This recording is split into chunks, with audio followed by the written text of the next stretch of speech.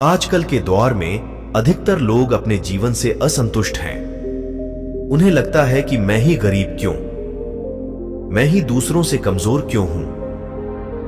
उन्हें अपने आप में दूसरों के मुकाबले कमी लगती है। वे इसका दोष भगवान को देते हैं, उन्हें अपनी स्थिति का कारण ठहराते हैं। इस कहानी में आपको इस प्रश्न का संपूर्ण उत्तर मिल जाएगा और आप अपने जीवन से संतुष्ट भी महसूस करेंगे।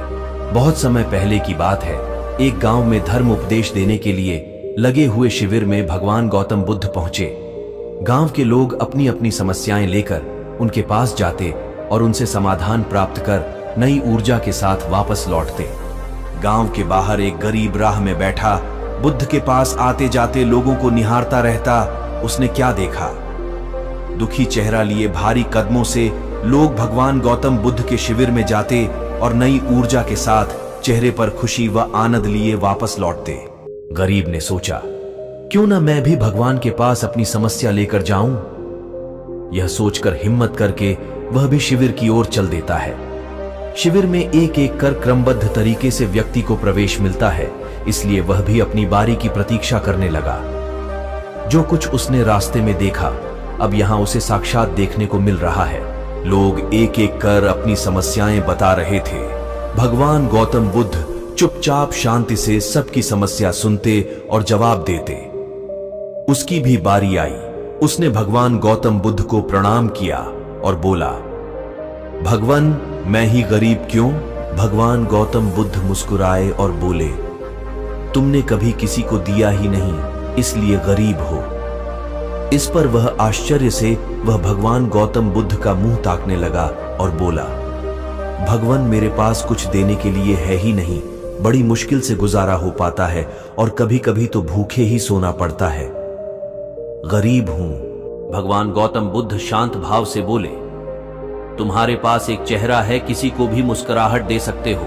तुम्हारे पास मुंह है, किसी को भी प्रशंसा भरे कुछ शब्द दे सकते हो। जो हाथ तुम्हारे पास है, किसी की भी मदद कर सकते हो। दरअसल जिसके पास में ये तीन चीजें हैं, वह भला कैसे गरीब हो सकता है? गरीबी का भाव मन में होता है, मन से यह भ्रम निकाल दो। लोगों को देते जाओ, गरीबी अपने आप ही दूर हो जाएगी। यह बातें सुनकर उस गरीब का चेहरा दमक उठा। उसे अपने प्रश्न का उत्तर मिल चुका है।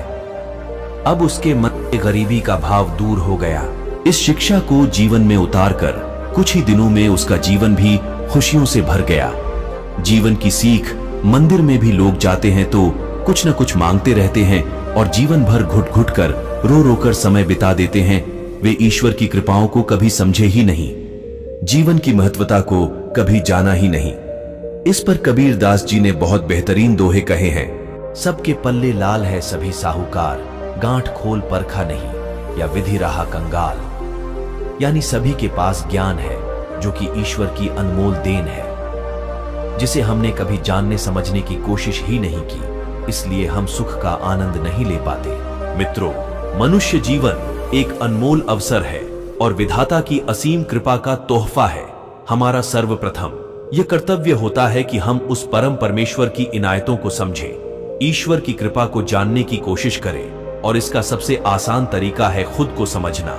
हमारा अस्तित्व क्या है, हमारा लक्ष्य क्या है, हमारे क्या कर्म और अच्छे कार्य है, आदि आदि बातों को समझकर आज हम यह पूर्णता समझ चुके हैं कि हमारे पास ईश्वर के हुए वो अनमोल तोहफे हैं जिनसे आज मानव नई नई उपलब्धियों को पा रहा है, असीम ऊंचाइयों को छू रहा है। बस जरूरत है तो सही मार्गदर्शन की। आपको बस यह करना है। हर रोज अपनी एक कमियों को दूर करो, चाहे वह आपका गुस्सा हो या फिर नकारात्मक सोच। जब भी कुछ सोचो तो अच्छा सोचो। 3, अगर कुछ करने का सोचा है तो तब तक उसके पीछे लगे रहो जब तक कि वह काम हो नहीं जाता। 4, अपने सुझाव और सवाल मुझे कमेंट करके बताइए, जिससे कि मैं इस YouTube चैनल को आपके लिए और बेहतर कर सकूं।